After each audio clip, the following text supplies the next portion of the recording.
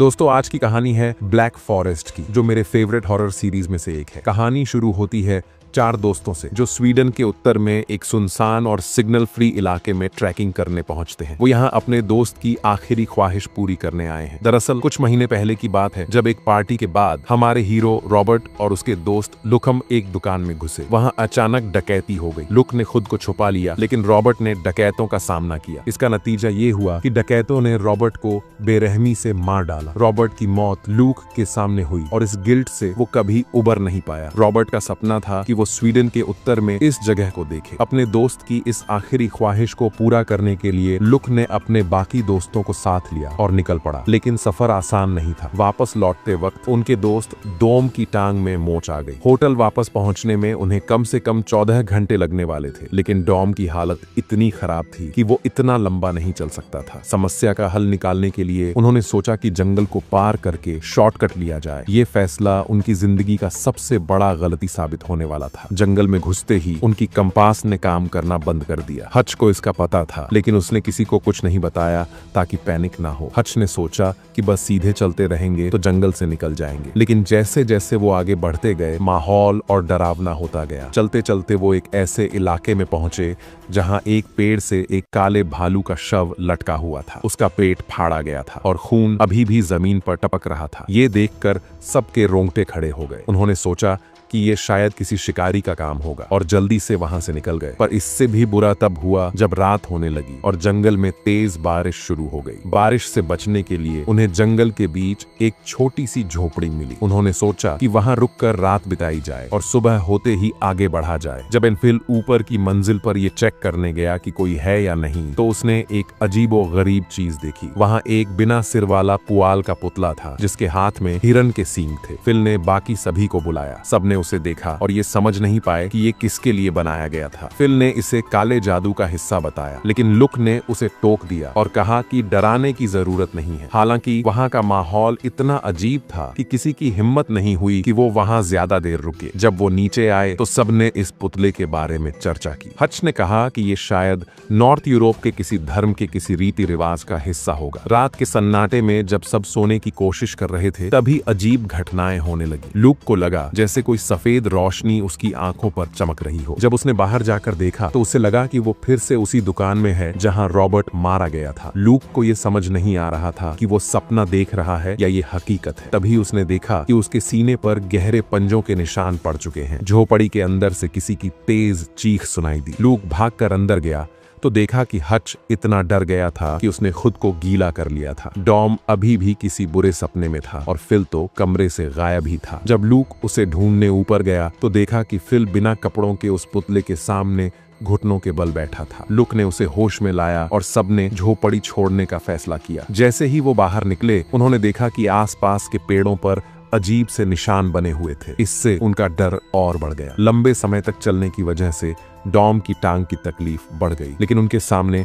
अब कोई रास्ता नहीं बचा था और उनका असली डरावना सफर तो अब शुरू होने वाला था। जब उन्होंने जंगल में और आगे बढ़ने का फैसला किया, लुक एक ऊंची चोटी पर जाकर देखना चाहता था कि जंगल कितना बड़ा है और वो कितनी दूर है। लेकिन जैसे ही वो चोटी पर पहुंचा, उसने सामने किसी अजीब चीज को देखा। ये नजारा देखकर वो डर के मारे भागा और अपने दोस्तों को बताया, लेकिन डॉम ने उसकी बात को मजाक में लिया और कहा कि वो सबको डराने की कोशिश कर रहा है। लुक ने मजबूर होकर अपनी शर्ट उठाई और अपने सीने पर पड़े गहरे पंजे के निशान दिखाए। उसने कहा, मुझे लगता है कि कुछ तो है जो हमारा पीछा कर रहा है। अब उनके पास एक ही चारा था, जल्द से जल्द इस जंगल से बाहर निकलना। लेकिन ये जंगल उनकी सोच से कहीं ज्यादा बड़ा और डरावना था। रात होते होते वो अब भी जंगल से बाहर नहीं निकल पाए। अपनी सुरक्षा के लिए उन्होंने सोचा कि वहीं डेरा डालकर सुबह का इंतजार किया जाए। जैसे ही लुक ने अपने टेंट में लेटने की तैयारी की, बाहर से अजीब सी आवाजें आने लगी। पहले उसे लगा कि उसके दोस्त होंगे, लेकिन जब उसने टेंट से झांक कर देखा तो वहां कुछ और ही था। अंधेरे में कुछ रहस्यमय आकृतियां खड़ी थीं। तभी एक सफेद रोशनी चमकी और लुक को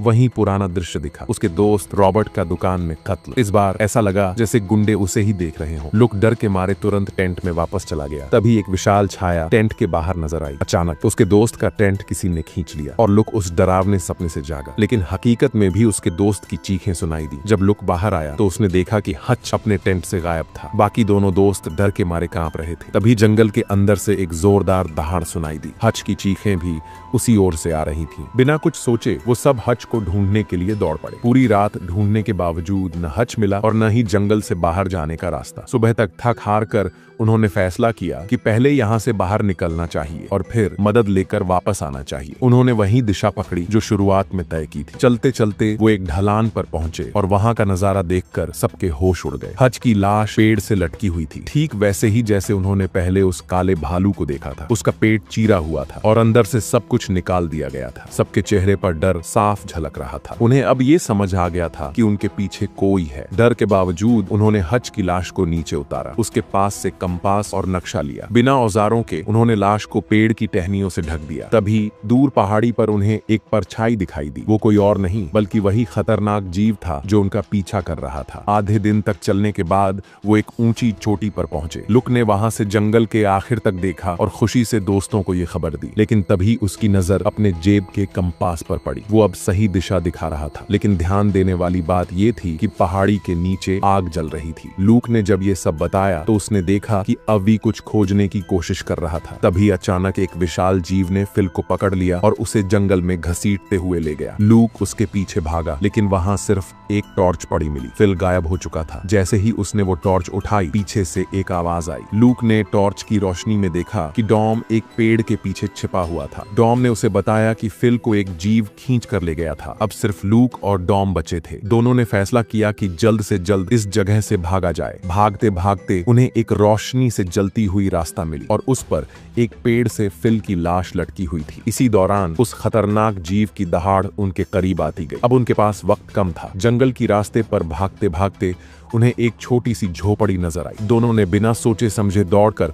अंदर जाकर दरवाजा बंद कर लिया। ऐसा लग रहा था कि उन्होंने खतरे से बचने के लिए सही कदम उठाया है। लेकिन अभी राहत की सांस ली ही थी कि कमरे में एक बूढ़ी औरत दिखाई दी। इसके पहले कि वे कुछ समझ पाते, एक बड़ी सी परछाई ने आकर उन्हें बेहोश कर दिया। जब होश आया तो दोनों ने खुद को रस्सियों से बंधा हुआ पाया। दरअसल जो उन्होंने सोचा था कि बच गए हैं वो गलत निकला। अब वे एक और खतरे में फंस चुके थे। तभी कमरे के दरवाजे से कुछ लोग अंदर आए। उनके बीच वो बूढ़ी औरत भी थी। वो लुक के पास आई और उसके शरीर पर मौजूद गहरे निशानों को देखकर मुस्कुराई। फिर उसने अपनी बाजू पर वैसे ही निशान दिखाए। इसके बाद वो डॉम के पास पहुंची। डॉम के शरीर पर कोई निशान न देखकर उसने उसे पकड़ने का आदेश दिया। डॉम को घसीटते हुए बाहर ले जाया गया। लूक ने उन्हें रोकने की कोशिश की, लेकिन उसकी बात किसी ने नहीं सुनी। थोड़ी ही देर बाद ऊपर से डॉम की चीखें सुनाई देने लगी। लूक इस दौरान कुछ नहीं कर पाया। तभी एक महिला उसके पास आई और बोली, हम लोग एक बलिदान की तैयारी कर रहे हैं, सब जल्दी खत्म हो जाएगा। उसने लुक के कान बंद कर दिए ताकि वो चीखें और न सुन सके। थोड़ी देर बाद उन्होंने डोम को बुरी हालत में घसीटते हुए बाहर लाया। उसे लकड़ी के एक खंभे से बांध दिया गया जहां पहले से हड्डियों के ढेर लटक रहे थे। डॉम को एहसास हो गया था कि उसका अंजाम भी वैसा ही होगा। लूक अपनी रस्सियों से छूटने की हर संभव कोशिश कर रहा था। वो पूरी ताकत लगा रहा था, लेकिन हर बार सिर्फ थोड़ा सा ही बचता। आखिरकार उसने हिम्मत जुटाई और अपने हाथ की उंगलियां तोड़ ली। दर्द सहते हुए वो किसी तरह रस्सी से छूटने में कामयाब हो गया। इस बीच डॉम खंभे से बंधा हुआ था और उसने देखा कि उसकी पत्नी सामने से आ रही है। उसे यकीन हो गया कि वो बच गया है, लेकिन जैसे ही उसकी पत्नी उसके पास आई